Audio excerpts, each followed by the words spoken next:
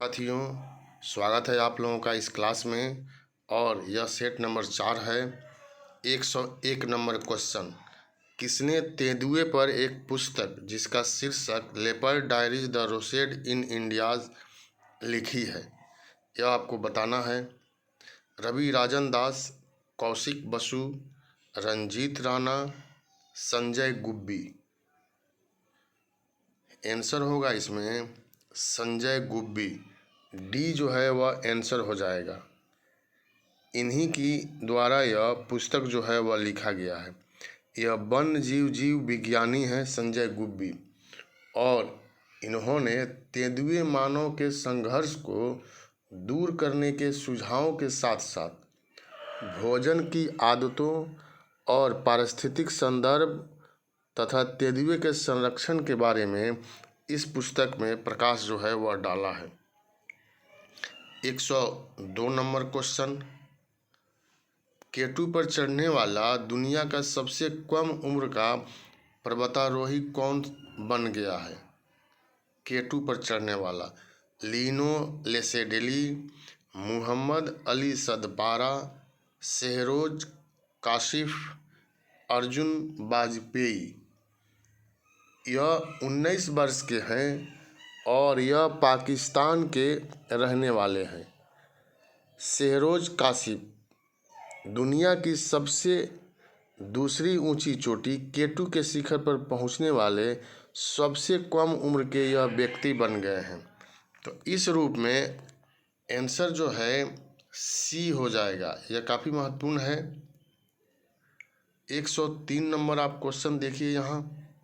निम्नलिखित में से किसके कारण सार्वजनिक रोष की लहर उभरी जिसके फलस्वरूप जालियांवाला बाग द्वारा नरसंहार की घटना घटी? The arms act, the public safety act, the Rowlatt act, the vernacular press act. यही आपको बताना है।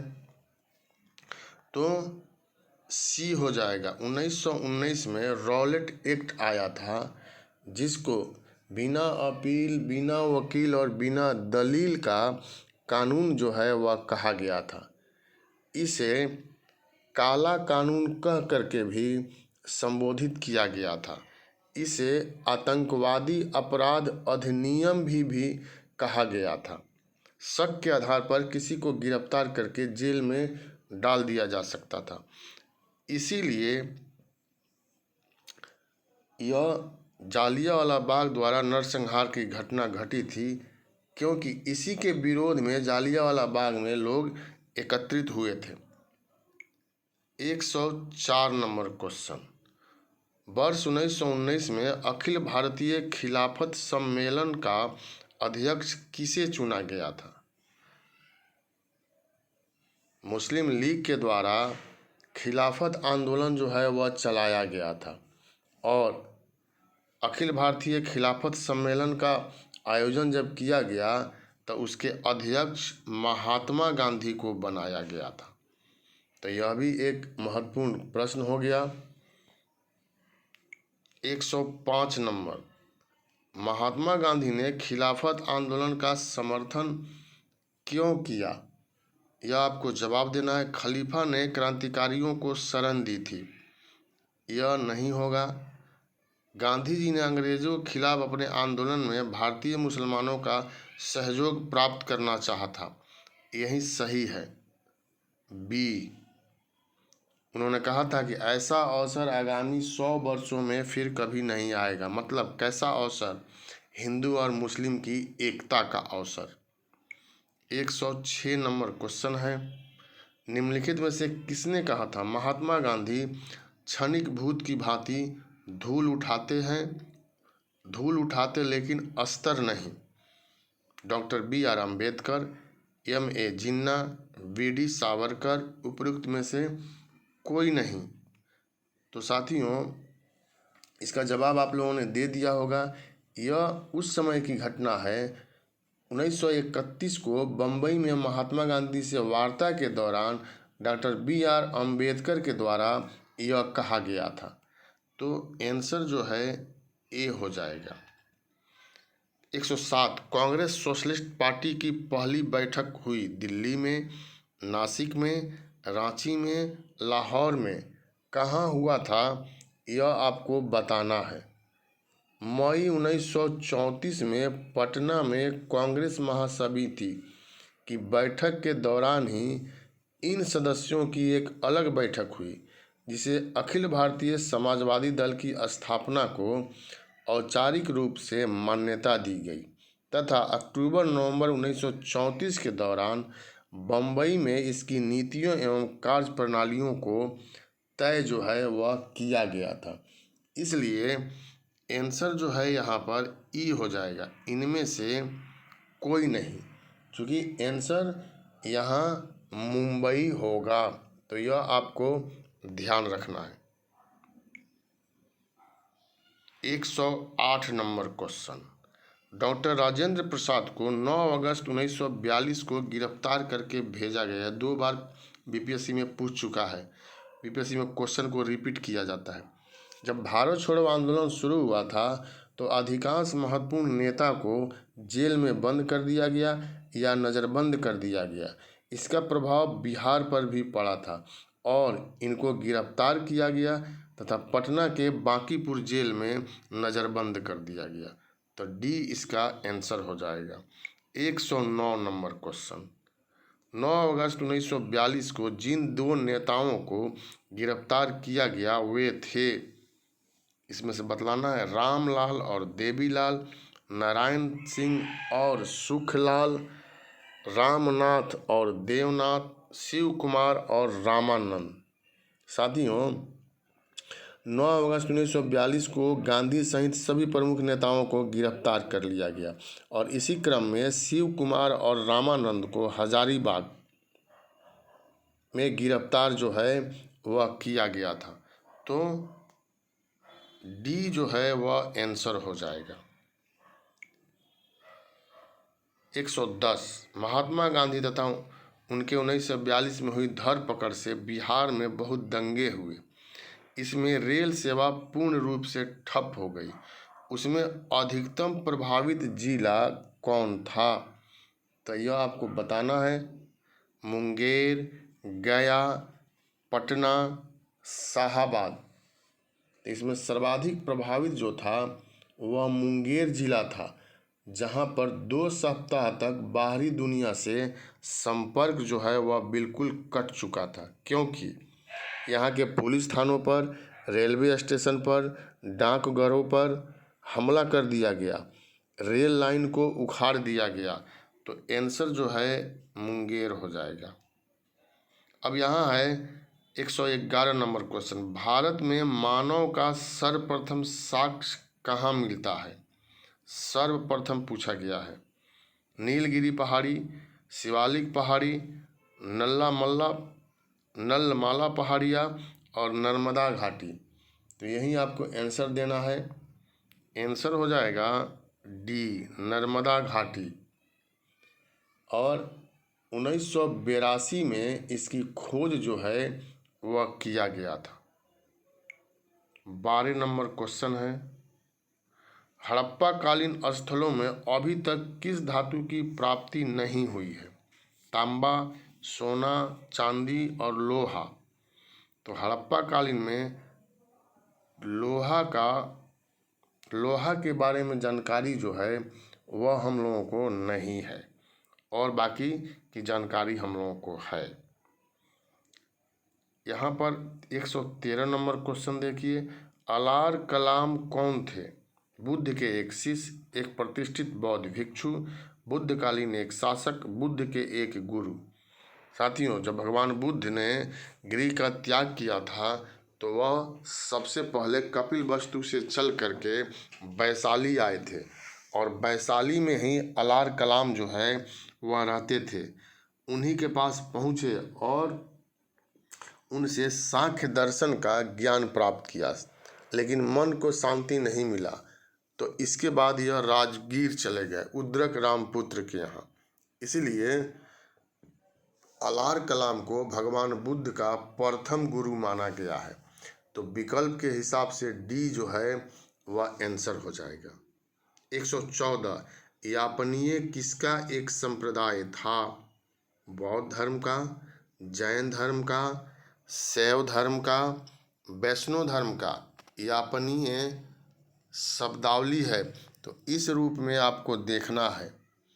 यापनीय जैन धर्म का एक संप्रदाय था, तो बी आंसर हो जाएगा, जिसकी उत्पत्ति यद्यपि दिगंबर संप्रदाय से हुई थी, लेकिन यह लोग श्वेतांबर संप्रदाय की बातों को भी, कई मान्यताओं को भी मानते थे और उसका पालन करते थे। 115 नंबर क्वेश्चन, कौटिल्य का अर्थशास्त्र है। 1 चंद्रगुप्त मौर्य के संबंध में नाटक, आत्मकथा, चंद्रगुप्त मौर्य का इतिहास, शासन के सिद्धांत की पुस्तक।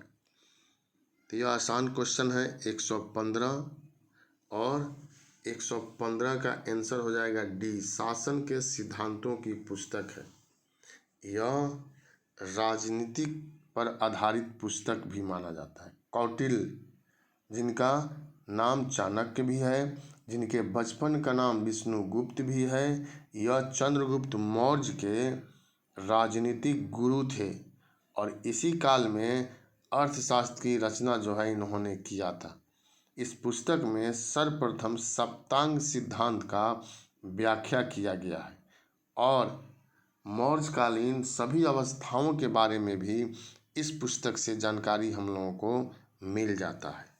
116 नंबर क्वेश्चन, मौर्य काल में शिक्षा का सर्वाधिक प्रसिद्ध केंद्र था।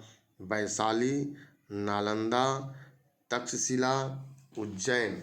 तो यह आपको बतलाना है कि कौन सबसे महत्वपूर्ण था। तो इस समय तक्षशिला महाविद्यालय का नाम निकल करके सामने आ रहा है। तक्षशिला विश्वविद्यालय की स्थापना राजा तक्ष के द्वारा किया गया था। यह विश्व का सबसे प्राचीन विश्वविद्यालय है, या भारत के संदर्भ में अगर आप कहेंगे तो नालंदा महाविहार या नालंदा विश्वविद्यालय भारत का सबसे प्राचीन विश्वविद्यालय है। वैशाली, विश्व की प्रथम गणतंत्र की स्थापना वैशाली में हुआ था। उज्जैन, यह अवंती महाजनपद की राजधानी था। आंसर यहाँ हो जाएगा सी, तक्षशिला। 117 निम्नलिखित में से कौन गुप्त काल में अपनी आयुर्विज्ञान विषयक रचना के लिए जाना जाता है?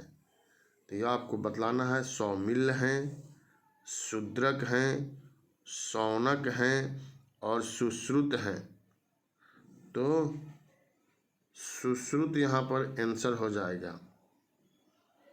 गुप्त काल में धन्वंतरी भी विश्व प्रसिद्ध चिकित्सक के रूप में, वैद्य के रूप में विद्यमान थे। 118 नंबर क्वेश्चन, निम्नलिखित जोड़ों में कौन सा जोड़ा सुमेलित नहीं है? रवि कीर्ति, पुलकेशिन द्वितीय, पुलकेशिन हो गया, पुलकेशिन द्वितीय, भौभूमि, कन्नौज के यशोवर्मन, रामायण, वाल्मीकि, दंडी, नरसिंहवर्मन। तो साथियों यहाँ पर ई जो है वह आंसर हो जाएगा। हरिसेन ने प्रयाग प्रशस्ति की रचना किया था। समुद्रगुप्त का संधि विग्रहिक था, जबकि हर्ष का दरबारी कवि बाणभट्ट था। तो क्वेश्चन यहाँ पर जो हम लोग देख रहे हैं तो कह रहा है कि जोड़ा में कौन सुमेलित नहीं है? तो यह सब सुमेलित है। कहीं शासक का नाम दिया गया है, कहीं लेखक का नाम दे दिया गया है। तो दंडी ने 10 कुमार चरित्र की रचना किया था, वह नरसिंहवर्मन के समय में किया था। रामायण वाल्मीकि की रचना है। भवभूति कन्नौज के यशोवर्मन और रवि कीर्ति जो हैं जिन्होंने ऐहोल अभिलेख लिखा था वह पुलकेशिन द्वितीय के दरबार में रहते थे। तो सब सही है, इसलिए आंसर हो जाएगा ई, इनमें से कोई नहीं, कोई गलत नहीं है। 119 119 का क्वेश्चन है, चोल शासकों के समय में बनी हुई प्रतिमाओं में सबसे अधिक विख्यात है पत्थर की प्रतिमा, संगमरमर की प्रतिमाएं, विष्णु भगवान की पत्थर की शिलाओं पर अंकित प्रतिमाएं, नटराज शिव की कांसे की प्रतिमाएं। तो विश्वविख्यात दो चीज़ के लिए माना जाता है चोल वंश। एक है इसकी सबसे महत्वपूर्ण विशेषता स्थानीय स्वशासन, और कला के क्षेत्र में नटराज शिव की कांसे की प्रतिमा, यह विश्व प्रसिद्ध माना गया है। 120 नंबर क्वेश्चन, दामोदर जिसकी सहायक नदी है वह है गंगा, हुगली, पद्मा, स्वर्णरेखा। साथियों, दामोदर को बंगाल का शोक भी कहते हैं। इसका उद्भव छोटानागपुर के पठारी से हुआ है। यह भ्रंश घाटी से होकर बहती है। इसकी सहायक नदी बराबर है, जमुनिया है और बरकी है। तो इस आधार पर आंसर जो है वह ई हो जाएगा, क्योंकि दामोदर जिसकी सहायक नदी है, इस आधार पर बी हो जाएगा आंसर, चूँकि हुगली की यह सहायक नदी है और दामोदर की सहायक नदी मैंने बतलाया बराबर, जमुनिया और बरकी। 121 नंबर क्वेश्चन है, भारत में सर्वाधिक क्षारीय क्षेत्र पाया जाता है गुजरात राज्य में, हरियाणा राज्य में, पंजाब राज्य में, उत्तर प्रदेश राज्य में। इसका जवाब होगा भारत में सर्वाधिक क्षारीय क्षेत्र गुजरात राज्य में पाया जाता है। ए, क्षारीय क्षेत्र वाला दूसरा प्रमुख राज्य जो है वह उत्तर प्रदेश है, लेकिन इसका स्थान दूसरा है। 122 नंबर क्वेश्चन आपको यहाँ देखना है, सरदार सरोवर से सर्वाधिक लाभ मिलता है किस राज्य को मिलता है? गुजरात, उड़ीसा, मध्य प्रदेश, राजस्थान। यहाँ पर ध्यान जो है वह रखना है।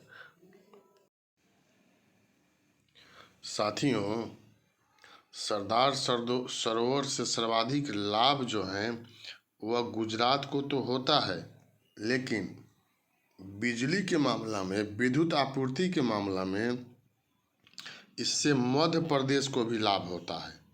तो यहाँ पर आपको ध्यान रखना है कि सर्वाधिक यहाँ पूछा जा रहा है, तो सर्वाधिक में गुजरात आंसर हो जाएगा।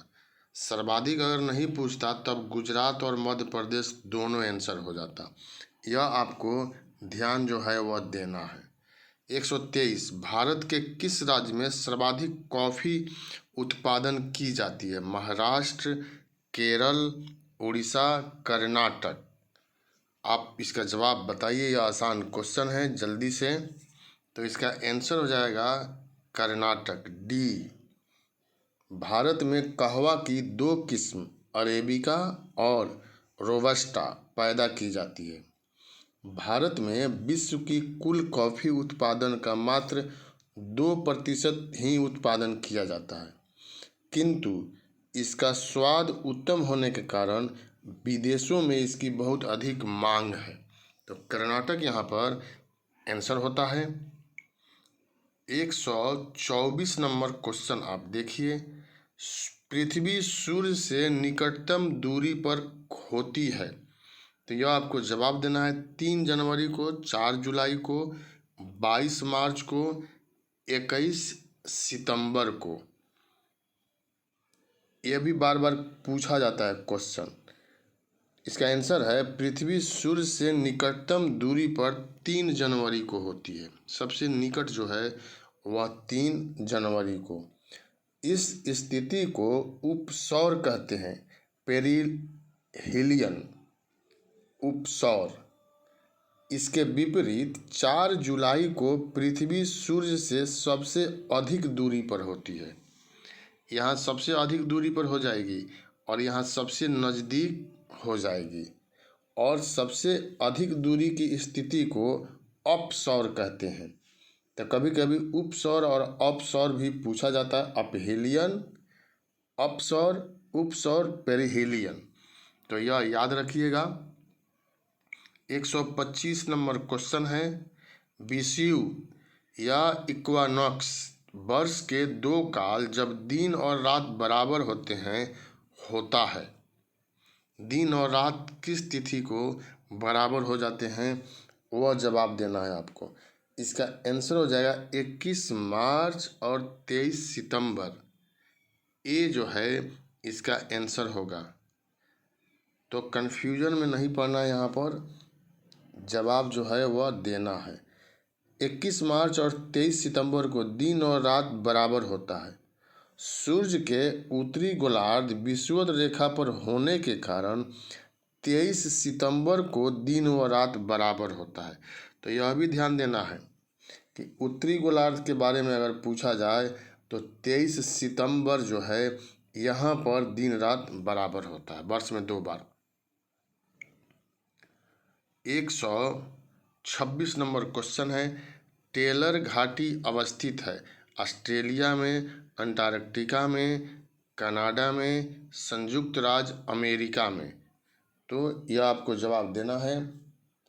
आंसर इसका हो जाएगा बी, अंटार्कटिका स्थित टेलर घाटी की खोज रॉबर्ट फाल्कन स्कॉट ने 1903 में किया था।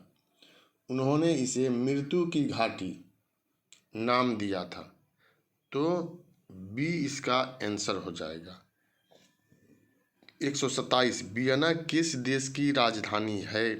Canada, Somalia, Austria, Australia. तो यह तो आसान क्वेश्चन है और आप लोगों ने इसका जवाब जो है वह दे दिया होगा। वियना ऑस्ट्रिया की राजधानी है, सी। और यहाँ पर अंतर्राष्ट्रीय परमाणु ऊर्जा एजेंसी का मुख्यालय भी है। अंतर्राष्ट्रीय परमाणु ऊर्जा एजेंसी का मुख्यालय। 128, निम्नलिखित में कौन सुमेलित नहीं है? चिनूक, संयुक्त राज्य अमेरिका, यह सही है। सिराको, सहारा मरुस्थल से उत्तर पूर्व दिशा में भूमध्य सागर की ओर चलकर सिसिली, जो इटली में है, सिसिली और स्पेन आदि यूरोपीय देशों में प्रविष्ट होती है। तो यह भी सही है। बिल्जार्ड, बिल्जार्ड हिम झंझावत युक्त ध्रुवीय हवाएं हैं। इनका प्रवाह क्षेत्र दक्षिणी ध्रुवीय क्षेत्र, साइबेरिया, कनाडा तथा संयुक्त राज्य अमेरिका में है। चिली इसके अंतर्गत नहीं आता है। तो आंसर इसका हो जाएगा 128 का सी। नॉर्वेस्ट्रम भारत में चलने वाली स्थानीय पवन है जिसे काल बैसाखी भी कहते हैं। नॉर्वेस्टर्स भी कहते हैं, काल बैसाखी भी कहते हैं। तो यह भी सही है। यह और यह सही, सी इसका आंसर हो जाएगा। 129, सुमेल करना है। यहाँ पर जनजाति हैं और देश है। आपको बताना है कि इसमें कौन जो है वह सही है। तो एस्किमो जनजाति साथियों, यह कनाडा एवं ग्रीनलैंड के टुंड्रा प्रदेश में रहती है। तो यहाँ कोई विकल्प में नहीं दिया गया है। मसाई जनजाति केन्या में रहती है। मसाई केन्या, 4 हो गया। और बुद्दू जनजाति सऊदी अरब में, बुद्दू सऊदी अरब, बुशमैन कालाहारी मरुस्थल में यह पाए जाते हैं। तो इस तरह से अगर हम लोग विकल्प, 2 ही विकल्प के आधार पर देखें तो बी का 4, सी का 2, तो सी का 2 इसमें है नहीं, इसलिए आंसर हम लोगों का यहाँ पर ई हो जाएगा। इनमें से कोई नहीं। अब 130 नंबर क्वेश्चन हम लोग यहाँ देखेंगे। पोतभार टनमान की दृष्टि से विश्व का व्यस्तम बंदरगाह है। 130 का डी। पोतभार पूछा जा रहा है, इसलिए यहाँ पर डी जो है वह संघाई, यह आंसर जो है वह हो जाएगा। 131 नंबर क्वेश्चन, जगत नारायण लाल को किस जेल में भेजा गया था? 1942 के भारत छोड़ो आंदोलन में यह शामिल हुए थे। पटना के गांधी मैदान में इन्होंने लोगों को संबोधित किया था और इनको बांकीपुर जेल जो है वह भेजा गया था गिरफ्तार करके। 132 नंबर क्वेश्चन, मीर कासिम ने 1716 में अपनी राजधानी मुर्शिदाबाद से हटाकर कहाँ स्थानांतरित कर ली थी? 132 का आपको जवाब देना है। मुंगेर, कटिहार, भागलपुर, खगड़िया। तो 132 का आंसर हो जाएगा मुंगेर। मुर्शिदाबाद से मुंगेर राजधानी परिवर्तित किया था। मुर्शिद कुली खान ने ढाका से राजधानी परिवर्तित करके मुर्शिदाबाद में बनाया और इसने मुर्शिदाबाद से परिवर्तित करके मुंगेर में स्थापित कर दिया। यहीं पर बंदूक बनाने की फैक्ट्री की स्थापना भी इसके द्वारा किया गया था। 133 नंबर क्वेश्चन, बिहार के युवाओं ने कब बिहार सोशलिस्ट पार्टी की स्थापना की थी? 1931, 1932, 1934, 1936। तो बिहार के युवाओं ने 1931 में बिहार सोशलिस्ट पार्टी की स्थापना जो है वह किया था। 134 number question, doctor Rajendra Prasad किस वर्ष बिहार लॉ नामक साप्ताहिक पत्र का प्रकाशन प्रारंभ किया था? 1914, 1916, 1915, 1918। ईस्वी सन से संबंधित है तो 1916 हो जाएगा। 135 नंबर क्वेश्चन, बिहार में बरौनी तेल शोधक कारखाने की स्थापना किस पंचवर्षीय योजना के अंतर्गत की गई थी? जवाब आपको देना है और यह क्वेश्चन को रिपीट किया जाता है। तृतीय, चतुर्थ, द्वितीय, प्रथम। यहाँ सी होगा। 135 का बिहार में बरौनी तेल शोधन कारखाने की स्थापना द्वितीय पंचवर्षीय योजना के अंतर्गत किया गया था। 136, बिहार की जनसंख्या वृद्धि दर के अनुसार उसका देश में कौन सा स्थान है? प्रथम, तीसरा, छठा, चौथा। बिहार की जनसंख्या वृद्धि दर के अनुसार इसका देश में छठा स्थान है। सी आंसर हो जाएगा। 137, पौधारोपण सामग्री किसानों को मुहैया कराने के लिए बिहार के किन 2 जिलों में सेंटर ऑफ एक्सीलेंस को स्थापना की गई है? जहानाबाद एवं गया, नालंदा एवं वैशाली, नालंदा एवं जहानाबाद, गया एवं नवादा। तो आंसर आपको यहाँ देना है बिहार के चंडी नामक स्थान पर जो नालंदा में है और बिहार के देसरी नामक स्थान पर जो वैशाली में है। तो नालंदा और वैशाली, बी जो है इसका आंसर हो जाएगा। 138 नंबर क्वेश्चन, देश का दूसरा महिला रोजगार कार्यालय बिहार के किस शहर में स्थापित किया गया है? गया, मुजफ्फरपुर, दरभंगा और पटना। पटना में देश का दूसरा महिला रोजगार कार्यालय स्थापित किया गया है। डी आंसर हो जाएगा। 139, बिहार में इंटरनेशनल ट्रैक्टर्स के सहयोग से सोनालिका ट्रैक्टर्स की नई फैक्ट्री कहाँ स्थापित की गई है? बाढ़, फतुहा, आरा, सोनपुर। तो यह स्थापित की गई है साथियों फतुहा में। औद्योगिक केंद्र के रूप में यह विकसित हो रहा है, जैसे हाजीपुर हो रहा है। 140 नंबर क्वेश्चन, ब्रह्म समाज के संस्थापक राजा राम मोहन राय ने फारसी शिक्षा कहाँ से प्राप्त की थी? जहानाबाद से, गया से, सहरसा से, औरंगाबाद से। तो जहानाबाद नहीं होगा, गया भी नहीं होगा, औरंगाबाद नहीं होगा, सहरसा भी नहीं होगा। इनमें से कोई नहीं हो जाएगा ई, क्योंकि इन्होंने कहाँ से प्राप्त किया था? तो पटना से प्राप्त किया था। 141, तिलका मांझी विश्वविद्यालय बिहार के किस जिला में स्थित है? बांका, पटना, सहरसा, भागलपुर। तिलका मांझी विश्वविद्यालय। तो यह तो क्वेश्चन आसान है, भागलपुर इसका आंसर जो है वह हो जाएगा।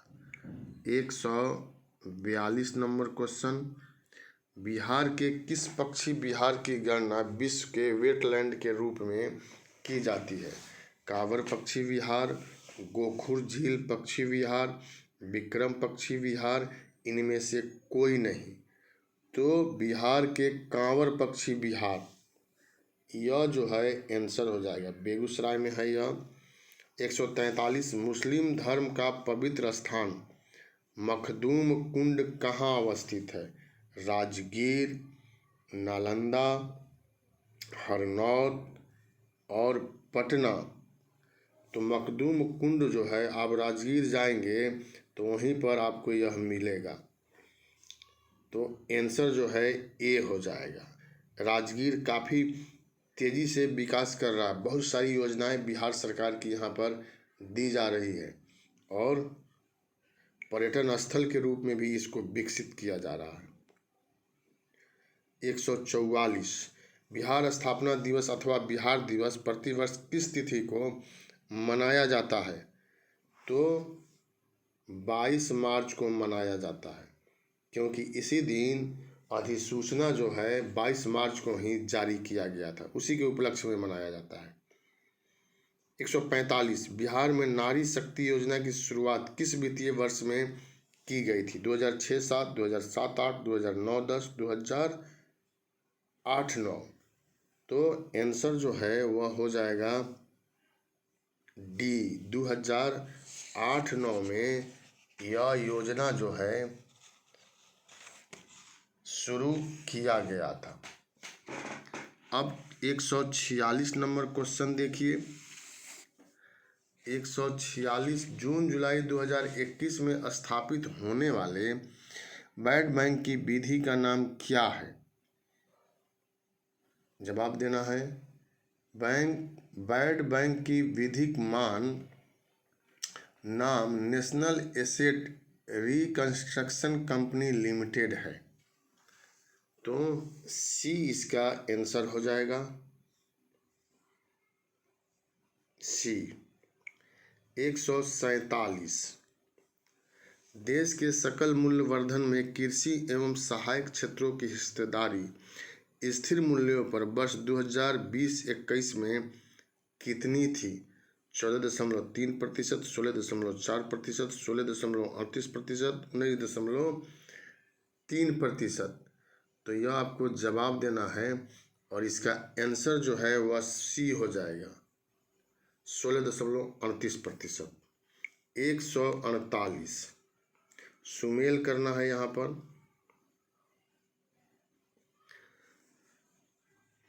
पांडिचेरी, गोवा, ट्रावनकोर और मद्रास, डच, फ्रेंच, पुर्तगीज और डेनिश, इन लोगों ने कहाँ कहाँ अपना क्षेत्र जो है वह स्थापित की था या फैक्ट्री की जो है वह स्थापना किया था, वहीं आपको देखना है।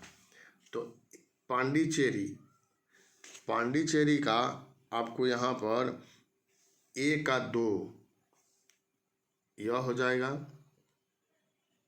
पांडिचेरी फ्रेंच। बी का 3 गोवा पुर्तगाली को पुर्तगीज भी कहते हैं। सी का 4 ट्रावनकोर डेनिश। और डी मद्रास का डच।